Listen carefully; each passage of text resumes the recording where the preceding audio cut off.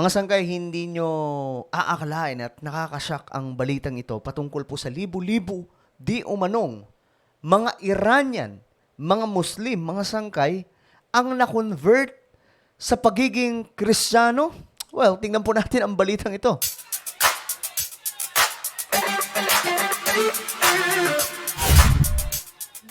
So, mga sangay, sobrang excited ako na pag-usapan ito dahil mismo ako gusto kong malaman kung ano nga ba ang nangyari talaga. Dahil ayon sa report, thousands of people or mga Muslim at marami po sa mga mosques ang nag-close at marami po ay nagpa-convert sa pagiging Kristiyano. But before we start, guys, subscribe po muna yung ating YouTube channel. Kung dito po kayo nanonood sa YouTube, makikita nyo po yung subscribe button sa ibaba, pindutin nyo lamang po yan, tapos i-click nyo yung bell, at i-click nyo po yung all. Ganun lamang po kadali yan, mga sangkay. Kung kayo naman ay nanonood sa Facebook, wag nyo pong kalimutan na i-follow ang ating Facebook page. I-check nyo mismo ngayon, mga sangkay. At eto, sa mga nanonood sa Facebook, may papagawa lamang po ako sa inyo bahagya, no? I-check nyo po yung video na to, ito mismong pinapanood nyo, may makikita po kayo dyan, 3 tuldok. Pindutin nyo po yung 3 tuldok, okay? Tapos, may lalabas po yan na show more. Then, pag lumabas yung show more, mga sangkay, pindutin nyo rin po yan. Then, after that, i-click nyo po yung bell. Ayan po, makikita nyo po yung bell. Katabi ng subscribe, i-click nyo po yan. Okay? Tapos, i-click nyo po yung all. Ganun lamang po kasimple. So, eto mga sangkay, ito na nga, pag-usapan na po natin itong napakaangas, napakatinding balita na mismo ako, nagulat.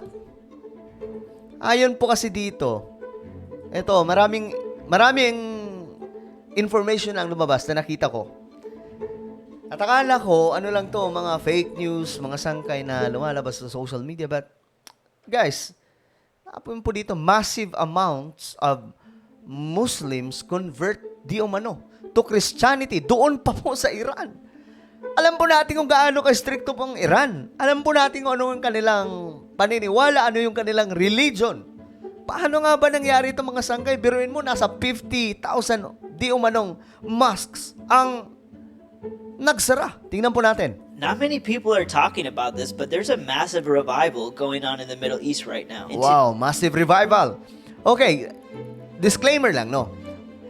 Paalala lamang po sa mga nanonood ngayon, itong video na to ay para lamang po sa mga Kristiyano. Okay?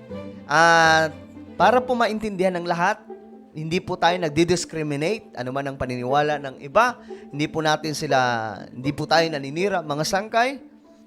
Okay? We love also mga kababayan natin, mga Muslims dyan, mahal po natin ang mga yan. Okay? But, this video, gaya ng sinabi ko, ay para lamang po sa mga Kristiyano, para po ma-ignite yung ating paglilingkod kay Lord that this is happening right now around the globe. Marami po ang naniniwala na ngayon sa faith na mayroon ang Christianity.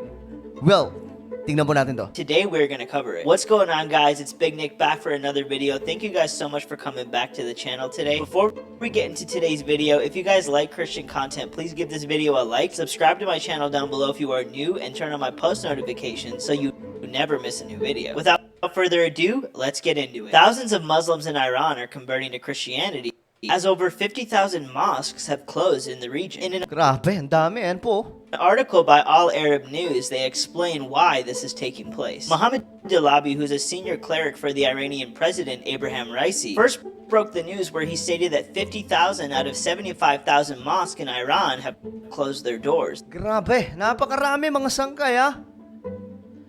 Remember mga mga mosques. Ibig sabihin, hindi po yan basta-basta i-close nila yan. So, ang tanong ko nga dito, paano nangyari? Hindi ba nagalit yung, we know the government of Iran, diba? Alam po natin yung gobyerno ng Iran, Diyos mio marimar, napaka-stricto po niyan when it comes to their religion.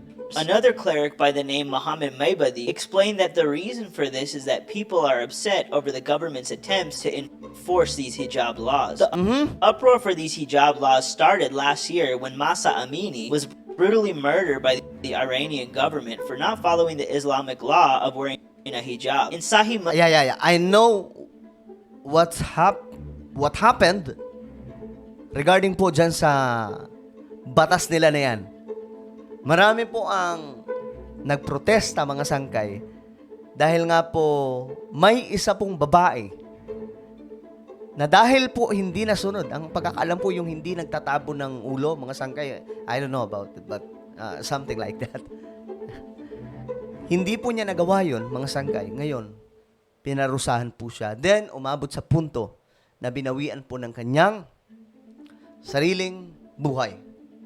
Muslim 3240, it states that whenever Muhammad would see an attractive woman, he would be so possessed with lust for them that he would have to run home to sleep with one of his wives to relieve himself from the lust. Shortly after these incidents, women would be forced to cover themselves so that their prophet would not have these urges to sleep with attractive women who are wearing regular clothing. Although the article shares that the anti-hijab protest may have started the original distrust with the regime in Iran, the tipping point for the mass Islamic exodus was the corruption and injustice of the Ayatollah regime in Iran towards its citizens, which have produced a loss in faith in Islam as the religion of truth. Reports indicate that a growing number of Iranians are seeking the truth in Jesus. Okay. So, dahil dismayado po sila sa government nila. Kasi, ang government po at religion na mayroon ang Iran, mga sangkay, halos kaisa po sila.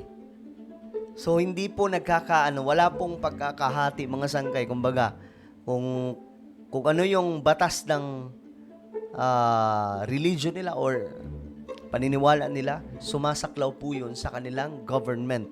Ngayon, ang government po nila, ayon po sa mga report, mga sangkay, may mga corruption, kung ano-ano pang mga problema, mga sangkay. That's why ang mga tao doon nagsimulang mag-question about sa faith na mayroon talaga doon sa Iran. Kasi ang Iran, major religion po nila ay, we know, ano sila? Islam. So ngayon, nagpa-convert po itong mga to, papunta sa pagiging Kristiyano. Marzi Amirzadeh, a female Christian evangelist in Iran, shares that the persecution of its citizens by the Islamic regime in Iran are helping people to see the truth. When they were evangelizing in Iran, they didn't even have one bad experience. Itong mga ganitong klaseng persecution, talagang maraming ganitong klaseng kwento, mga sangkay, sa mga lugar na kagaya po ng Iran. Nakakaranas po talaga sila ng persecutions. Everyone was so thirsty to find the truth, and she could see that God had prepared their hearts even before they had talked to them. It's clear that the hearts of many Muslims are softening towards following Christ as they are realizing the demonic oppression that the religion of Islam is causing. Now, I want to go back and talk about that verse that I mentioned earlier in Sahih Muslim 3240. We see here that Jabir reported that Muhammad saw a woman, and so he came to his wife and had intercourse with her. He then tells his friends that an attractive woman returns in the shape of a devil. So if one of them sees a woman, he must immediately come to his wife in order to gratify the desires that is in his heart. This is called lust, and Jesus actually refers to this as adultery in Matthew 5:27 to 28, saying this: "You have heard that it was said to those of old, 'You shall not commit adultery.' But I say to you, whoever looks at a woman to lust for her has already committed adultery with her in his heart." We see a vast contrast in the values that Islam and Christianity teach. While Islam gratifies the flesh and gives a license to relieve lustful adultery from someone other than your wife by immediate stimulation from your wife, Christianity teaches us to crucify our lustful desires Correct. and to have a passion to engage in intercourse with our wives only, and not using them as a substitute for an attractive woman that we are not married to. It is perverse teachings in Islam like this that is responsible for the corruption that we see in governmental regimes that are subscribed to this religion. At the end of the day, natural human instinct is to gravitate away towards evil if it's making its presence too prevalent in our life, which is exactly what's happening to the Iranian citizens with Islam. The opposite of evil is love, and Jesus Christ is the epitome of love. And so as the Iranian citizens are gravitating away towards the evil demonic things that Islam teaches, they're starting to realize that the exact opposite of that is Christianity. This is just the beginning of the massive revival that's going to sweep over the entire Middle East. Muhammad is a false prophet, and Islam is a religion that will lead you to hell. God is plucking his people out of the damnation that this religion is creating, and he's bringing them to his kingdom through his son, Jesus Christ. I'm very thankful that many Muslims are experiencing true peace and salvation that can only be found in Jesus Christ. I want to thank you guys so much for watching today. Okay. Hanapin ko, mga sangkay, yung article tungkol dyan. Okay, sa susunod nating video. But I'm happy na nangyayari itong mga sangkay sa Middle East. Lalong-lalo na po sa Iran. We know kung gaano po ka-stricto itong Iran, ka-authoritarian itong bansang to. Na halos nga pati yung Jewish gusto po nilang ipabura. Then, ito po yung nangyayari mga sangkay sa kanilang bansa. Men, ano to? Talagang malaking testimony ito ngayon sa maraming Kristiyano sa buong mundo na kumikilos ang ating Panginoon sa kabila po ng mahigpit o mga persecution na nagaganap sa ating mundo laban sa mga Kristiyano. Well, kung gusto niyo po ng part 2 dito, hahanapin po natin yung talagang balita tungkol dyan, yung talagang aktual na pwede natin makita na may mga taong nako-convert na into Christian dyan po sa Iran. I-comment nyo po sa ibaba kung gusto nyo po ng part 2. Okay? Ako na po ay magpapaalam.